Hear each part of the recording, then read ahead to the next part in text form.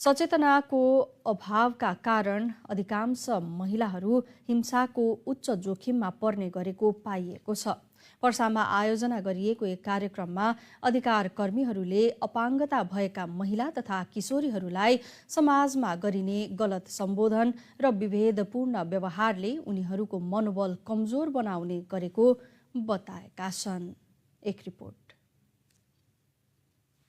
पर्सामा अपाङ्गता भएका महिला तथा किशोरीहरू विभिन्न किसिमका हिंसा सहन बाध्य भइरहेको पाइएको छ। सीबीएम ग्लोबल र नेपाल अपाङ्ग महिला संघको सहकार्यमा मुक्ति नेपालद्वारा मध्य प्रदेशका 32वटा पालिकामा अपाङ्गता भएका महिला र किशोरी लक्षित गरी सञ्चालित इग्नाइट परियोजना अन्तर्गत वीरगञ्जमा आयोजित तालिममा महिला अधिकार कर्मीहरूले समाजमा प्रयोग गरिने अपमानजनक शब्द, दयाको दृष्टिकोण र विभेदपूर्ण व्यवहारले महिलाहरू आजित बनेको बताएका छन्। अपाङ्गता भएका महिलाहरूले भने अवसर र सम्मानको सट्टा उपेक्षा तथा असक्षम ठान्ने प्रवृत्तिले आफूहरूको आत्मविश्वासमा नकारात्मक असर पार्ने गरेको गुनासो गरेका छन्।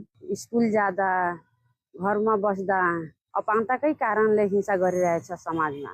भन्छ कि यो कुन जन्मको पाप हो। हामीहरूले जिस्कान छ बाटोमा जाँदाखेरि यो नगर, तसँग यो हुँदैन, या त यस्तो छ त्यस्तो छ भनेर कहला कि होइन करेके हौ न करेके इतने ना करेके चाहिए, इतना कैला से ओकर मतलब हिम्मत टुटेला।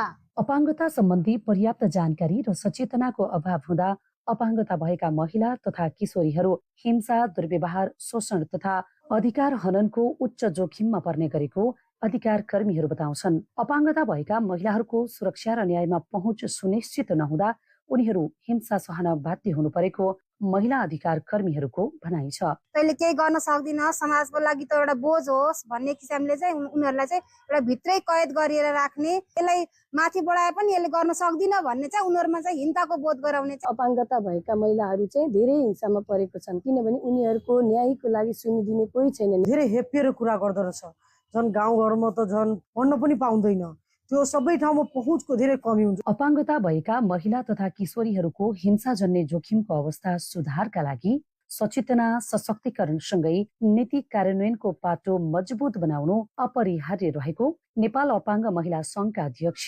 मीना पौडेलले बताउनुभयो। अपाङ्गता भएको महिलालाई सशक्त बनाउनु पर्यो, जनचेतना परिवारमा जनचेतना जगाउनु पर्यो।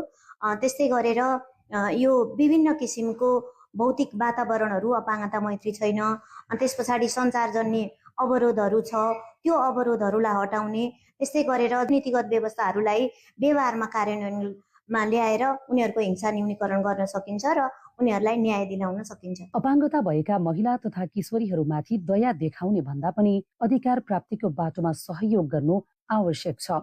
साथै सम्मानजनक व्यवहार, समान अवसर र हिंसा विरुद्ध सामूहिक प्रयासबाट समावेशी समाज निर्माण गर्नु आवश्यक देखिन्छ। सार्वजनिक सेवा प्रसारण नेपाल, एनटिभी इटहरी समाचारका लागि लक्ष्मी खरेल, वीरगञ्ज, पर्सा।